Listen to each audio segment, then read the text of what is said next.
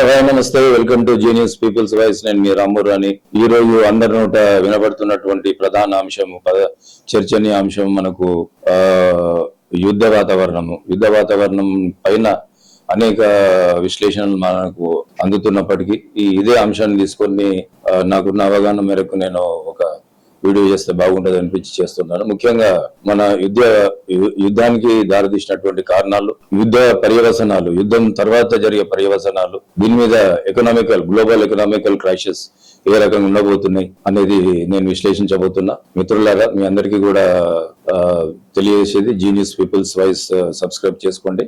ముఖ్యంగా మనకు ఈ రోజు ఇరాన్ మీద గత ఫిబ్రవరి 28వ తారీఖు, అంటే ఈ రోజుకి 8వ తారీఖు, సంయుక్తంగా ఇజ్రాయెల్ అండ్ అమెరికా సంయుక్తంగా ఇరాన్ మీద యుద్ధం అనేది ప్రారంభించి ఈ రోజుకి మనకు 8వ రోజు. మరి 7 రోజుల సూపర్ పవర్ కంట్రీ అనుకుంటున్నటువంటి అమెరికా ఇజ్రాయెల్ కి మొదటి నుండి తెలుపుతున్నప్పటికీ ఏదన్నా అంతర్ముఖంగా ఒక చర్చనీయాంశంగా ఈ రోజు యుద్ధ వాతావరణం అనేది నెలకొని ఉంది.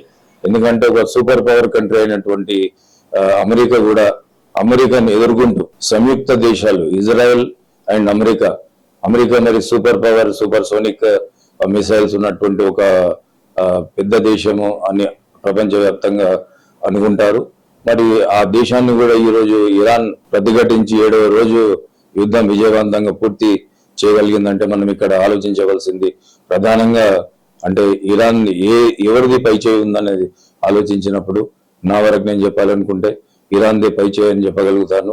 మీద విశ్లేషకుల అభిప్రాయాలు ఎలా ఉన్నా, ఎందుకంటే ఈ రోజు ఈ యుద్ధంలో అమెరికా ఇజ్రాయెల్ ₹1 నష్టపోతున్నాయంటే కేవలం ఈ ఇరాన్ దేశం అనేది కేవలం దాంట్లో పావుల మాత్రమే వాళ్ళు వాళ్ళకు ₹1 ఖర్చు పెట్టి ఇచ్చి వాళ్ళు ఒక పక్క ఆర్థిక విధ్వంసాన్ని 2 దేశాలకు కలిగిస్తున్నారు.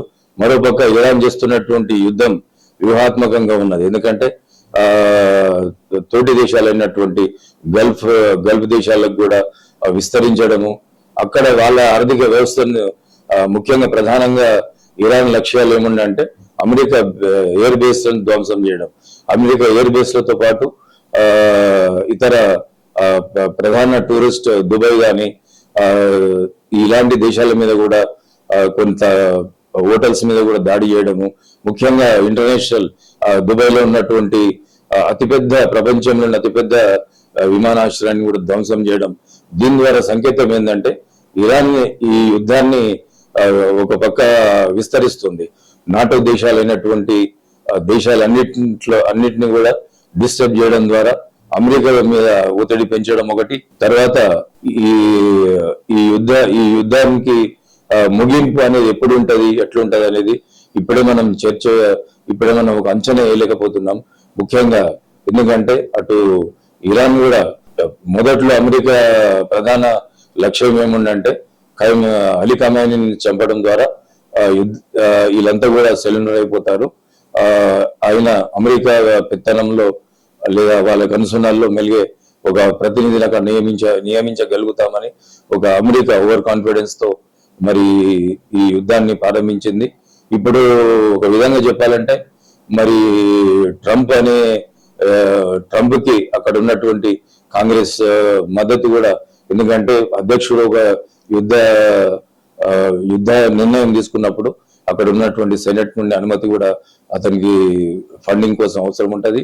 ఇప్పటికీ అక్కడ ఉన్నటువంటి సెనెట్ లో కూడా పూర్తి వ్యతిరేకత ఉన్నప్పటికీ ఒక 40% ఓటింగ్ తో మరి మద్దతు తెలిపినట్టుగా మనకు విశ్వసనీయ సమాచారం. మొత్తానికి చూసుకుంటే ఈ యుద్ధం వల్ల కలిగే ప్రయోజనాలు ఏంటి, అప్రయోజనాలు ఏంటి, ముఖ్యంగా ఈ యుద్ధము అనివార్యం కాకపోయినా ఈ అమెరికా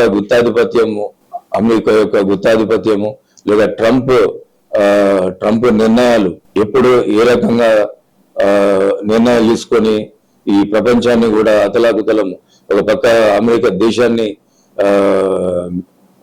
అభివృద్ధి దిశలు తీసుకెళ్తానని ఎన్నికలు గెలిచి తర్వాత క్రమక్రమంలో ట్రంప్ నియంతలాగా వివరిస్తూ ఒక అతిపెద్ద ప్రజాస్వామ్య దేశంలో ప్రెసిడెంట్ అయినప్పటికీ కూడా ఒక నియంతలాగా వివరిస్తూ అనేక దేశాలను ముప్పుతిప్పలు కూడా టారిఫ్ రూపంలో పెడుతున్న విషయం మనందరికీ తెలిసిందే. అంతేకాకుండా మరి ఇరాన్ మీద అణుబాంబులు తయారు చేస్తున్నారు. అణుబాంబులు కనుక ఇరాన్ తయారు చేయగలిగితే, న్యూక్లియర్ బాంబ్స్ తయారు చేయగలిగితే, ఒక 6 నెలల ముందే న్యూక్లియర్ అణుబాంబుల స్థావరాల మీద ఏకపక్షంగా అమెరికా దాడి నిర్వహించి మరి పూర్తిగా ధ్వంసం చేశామని డిక్లేర్ చేశారు. వాస్తవానికి వాళ్ళ మొత్తం అన్ని బేస్లను ధ్వంసం చేస్తే కనుక మరి ఇంత పెద్దగా 7 రోజులు యుద్ధం కొనసాగడం అనేది ఇరాన్ ఈ రోజు ఎంత వ్యూహాత్మకంగా ప్రణాళికబద్ధంగా వాళ్ళు యుద్ధ రీతి చూస్తుంటే ఈ రోజు ప్రపంచ దేశాలు కూడా ఆశ్చర్యపోతున్నాయి. ఎందుకంటే వాళ్ళు 7వ రోజు కూడా, అంటే ఈ రోజు మనకు 8వ రోజు, 8వ రోజు కూడా వాళ్ళు విజయవంతంగా అమెరికా దేశాన్ని, ఇజ్రాయెల్ని తట్టుకొని వాళ్ళకు ఎంత నష్టపరచాలంత నష్టపరిచి వీళ్ళు కూడా నష్టపోయి ఏదేమైనట్టు కూడా వాళ్ళ యుద్ధాన్ని ఆపకుండా ముందు కొనసాగిస్తున్నారు. దీని ద్వారా మనకు అర్థమయ్యేది ఏంటంటే ఈ అమెరికా దూకుడు విధానము వల్ల కావచ్చు, లేదా ఈ యుద్ధ పర్యవసనం కావచ్చు, ఈ ప్రపంచ ఆర్థిక వ్యవస్థ మీద తీవ్రమైన ఇంపాక్ట్, ప్రభావం అనేది ఉండబోతుంది, ఉండే అవకాశాలు ఉంటాయి. ఎందుకంటే మనకు ఈ ముఖ్యంగా చూసుకుంటే మనకు ఇరాన్ నుండి అమెరికా ఆంక్షల వల్ల మనం అక్కడ నుండి ఆయిల్ తీసుకోలేని పరిస్థితి ఇప్పుడు ఉన్నటువంటి సిచ్యువేషన్. అంతకుముందు పూర్వంలో ఒక 10 ఏళ్ల క్రితం చూసుకుంటే ఇరాన్ నుండి మనం ఒక 30 to 40% ఆయిల్ ని అనేది ముడి చమురును మనం దిగుమతి చేసుకునేది. తర్వాత రష్యా నుండి తీసుకుంటుండే. అమెరికా ఆంక్షల వల్ల అది కూడా మనకు మానుకొని ఇప్పుడు అమెరికా ద్వారానే తీసుకోవాలని ఒక ఆంక్షలు ఉన్నందువల్ల మనం తీసుకోలేకపోతున్నాం. కానీ ఈ మధ్యలో మనకు తెలిసిన వార్త ఏంటంటే ట్రంప్ ఒక నెల వరకు రష్యా నుండి ఆయిల్ దిగుమతి చేసుకోవడానికి అవకాశం కల్పించింది. కాబట్టి ఇరాన్ కూడా మనకు మద్దతుగా చైనాతో పాటు ఇండియాకి సరఫరా ఆయిల్ నౌకలను మనకు హార్మజ్ నుండి ప్రవేశించడానికి అనుమతించారు. కాబట్టి మన దేశం మీద అంత పెద్ద ప్రభావం అనేది ఈ ఆయిల్ క్రాషెస్ అనేది ఇప్పట్లో అనేది లేకపోవచ్చు. ఎందుకంటే అమెరికా అనుమతించడము, రెండోది ఈ ఇరాన్ కూడా అంగీకరించడం అనేది మనకు తెలిసిందే. అలాగే ఇప్పుడు మనకు ప్రధానంగా చూసుకుంటే ఈ యుద్ధం ద్వారా ఇరు దేశాలకు, ఈ 3 దేశాలు అనేది ప్రధానంగా భారీ మూల్యం అనేది అమెరికా కానీ ఇజ్రాయెల్ కానీ చెల్లించుకుంటుంది. దాంతో పాటు ఇరాన్ కూడా చెల్లించుకుంటుంది. దాని తర్వాత అనేక దేశాల మీద దీని ప్రభావం అనేది ఉంటుంది. ఇప్పటికే అరబ్ గల్ఫ్ కంట్రీస్ అనేది అతలాకుతలంగా మారినటువంటి సందర్భాలను మనం చూస్తున్నాం. మరి దీని పర్యవసనాలు ముందు ఇంకా ఎంత ఉండబోతుంది. వాస్తవానికి ఏంటంటే ఈ త్వరగా యుద్ధం ముగించే అవకాశాలు మనకి కనుచూపు మేరలో కనబడతలేవు. ఎందుకంటే విశ్లేషకుల అంచనాలు కావచ్చు, లేదనుకుంటే అమెరికా అధ్యక్షుడి మాటల్లో కానీ, లేదా ఇరాన్ వ్యూహాత్మక యుద్ధ రీతిని చూసినప్పుడు కూడా మనకు ఈ యుద్ధం ఇప్పట్లోనే తొందరగా ముగిసే అవకాశాలు కనబడతలేవు ఇప్పటి వరకు అయితే.